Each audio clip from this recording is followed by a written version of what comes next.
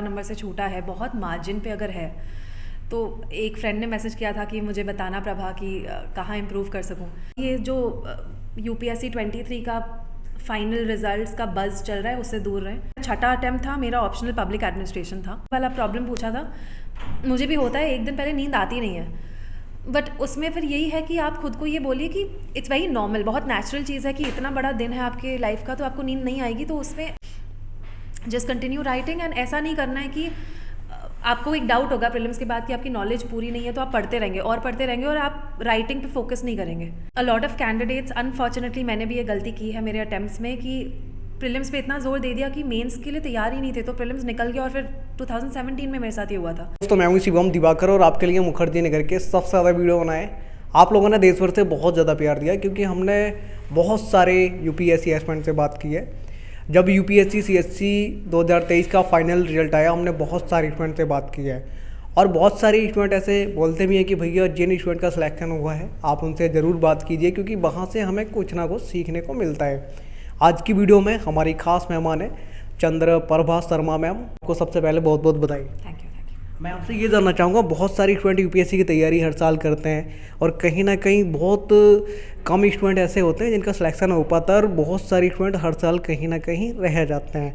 सबसे पहले मैं आपसे ये जानना चाहूँगा, जिन स्टूडेंट का इस बार नहीं हुआ आप उनको क्या कहना चाहेंगे, क्योंकि कहीं ना कहीं बहुत डिमोटिवेट हो जाते हैं, कोई 1 नंबर से कोई 2 नंबर से कहीं ना कहीं रह जाता है।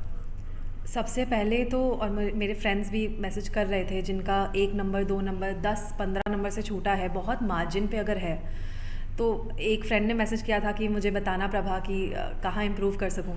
मेरा रिस्पॉन्स उनको यही था, मैंने बहुत टाइम लेके ऑडियो नोट भेजा था कि मैं कोई नहीं होती हूँ किसी एक बहुत बड़े पेडेस्टल से खड़े होके बोलने के लिए कि तुम ऐसे इम्प्रूव करो, बिकॉज़ मार्जिन से ही छूटा है। कोई कारण नहीं है कि क्यों मेरा नाम लिस्ट में है और उनका नहीं है। एग्ज़ाम है, सब मेहनत कर रहे हैं, लेकिन थोड़ा सा लक फैक्टर भी है पहली बात। तो अगर आपका मार्जिन से छूटा है तो खुद को कम तो बिल्कुल ना समझे, आपने बहुत मेहनत की है। किसी कारण नहीं हो सका तो मतलब इट डिपेंड्स आपकी लाइफ सिचुएशन क्या है, आपको फिर से अटेम्प्ट देना है या नहीं, तो it really is up to you. लेकिन नहीं हुआ है तो इसको अपने अंदर का जो टैलेंट एंड वैल्यू है उसका पैमाना नहीं माने। This is not a metric of your inherent worth in your value. ये एग्ज़ाम बस एक ही ज़रिया है देश की सेवा करने का, उससे ज़्यादा आपकी लाइफ से ज़्यादा और आपसे ज़्यादा ज़रूरी नहीं है, पहली बात। दूसरी बात, अगर कोई ऐसा है जिसका नहीं हुआ है और छठा अटैम्प्ट है, लास्ट अटैम्प्ट है, देश की सेवा करने निकले थे, बहुत मौके मिलेंगे करने के लिए, तो बस यही है। मैं आपसे ये भी जानना चाहूँगा, प्रीलिम्स भी नज़दीक आ रहा है। पिछली बार शायद आपने 28 मई को प्रीलिम्स दिया होगा, तो यूपीएससी का जब प्रीलिम्स देते हैं नई स्टूडेंट किन किन बातों का ध्यान रखें। और आज हम जीएस स्कोर में बैठे हुए हैं, क्या जीएस स्कोर आपकी तैयारी के दौरान कुछ हेल्प कर पाया जब आप तैयारी कर रहे थे? ओके, सो प्रीलिम्स का जो 2023 वाला अटैम्प्ट था वो शॉकिंग था सारे कैंडिडेट्स के लिए। उसमें बस यही एक सजेशन है कि आप अपना मेंटल हेल्थ को बहुत प्रायोरिटाइज़ करके और प्रिजर्व करके रखें, सेल्फ डाउट से दूर रहें, डिस्ट्रैक्शन से दूर रहें और ख़ुद को ये आश्वासन देना कि तैयारी अच्छी है, फेथ रखना अपने नोट्स पे, अपने सोर्सेज पे। अब इस पॉइंट पे भटके ना यहाँ से वहाँ नए नए सोर्सेज के लिए, अपने प्रिपरेशन पे, तैयारी पे फेथ रखिए और just go to the hall. जैसे आप इस हॉल में कारण से आए हैं, यू विल गेट थ्रू, वो कॉन्फिडेंस चाहिए। दूसरा, जीएस स्कोर का आपने पूछा, वो मेंस में मैंने एक्चुअली शुरू किया था 2022 में। प्रीलिम्स बस ख़त्म ही हुआ था और मुझे श्योर नहीं था, मुझे लग रहा था रिस्क जोन में हूँ मैं, शायद ना हो, तो मैंने वापस आके मैंने अपना स्कोर नहीं लगाया था। मैंने बस खुद को बोला कि you are writing mains regardless, just start writing mains, क्योंकि बस एक और अटैम्प्ट मिलता मेरे को, और अगर मुझे ये पता होता कि प्रीलिम्स क्लियर नहीं हो रहा है तो मैं मेंस पे फोकस नहीं करती अगले अटैम्प्ट के लिए।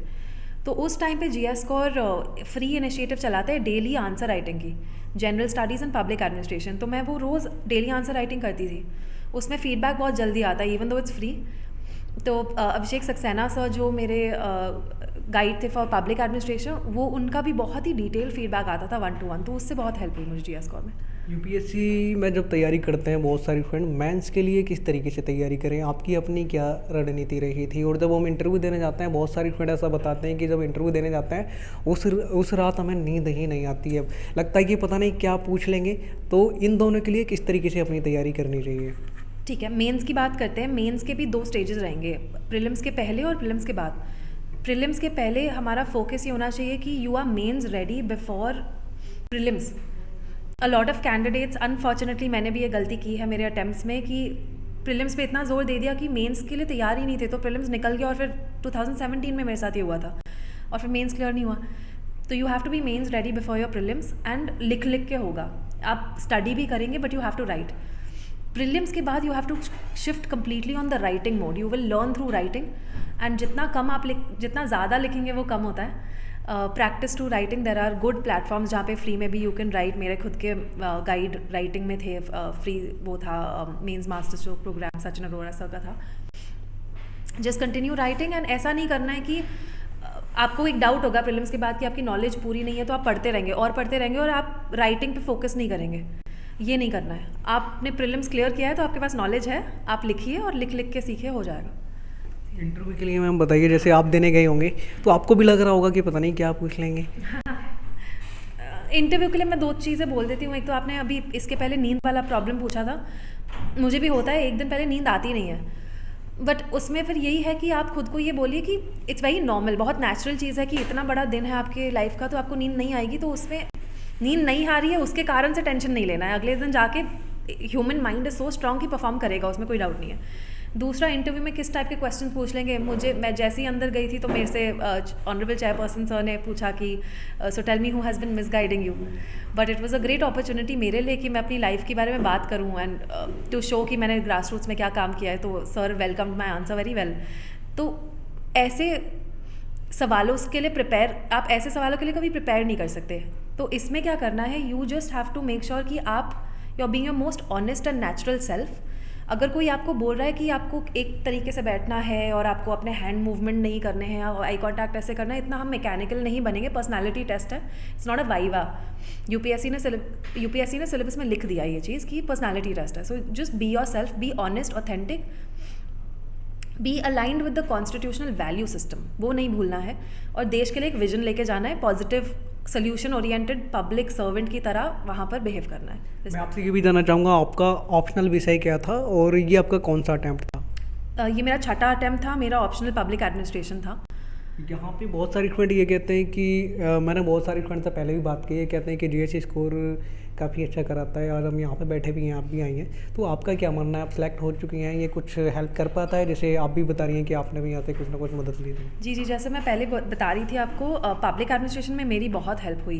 इनफैक्ट इवन जनरल स्टडीज़ लिखने के पर्सपेक्टिव से पहले अटैम्प्ट्स में मैं फीडबैक इतना लेती नहीं थी और फिर फोकस और मिलता भी नहीं था गाइडेंस। बट यहाँ पर एक तो डेली एक इनिशिएटिव चलता है जो अभिषेक सक्सेना सर जीएस स्कोर के साथ वो रन करते हैं। डे टू डे वो क्वेश्चंस देते हैं जिससे टॉपिक्स भी तैयार होते हैं और हम आंसर्स लिख लिख के प्रैक्टिस करते हैं। नॉट जस्ट दैट, मुझे नहीं पता सर ऐसा how does he manage it in the time.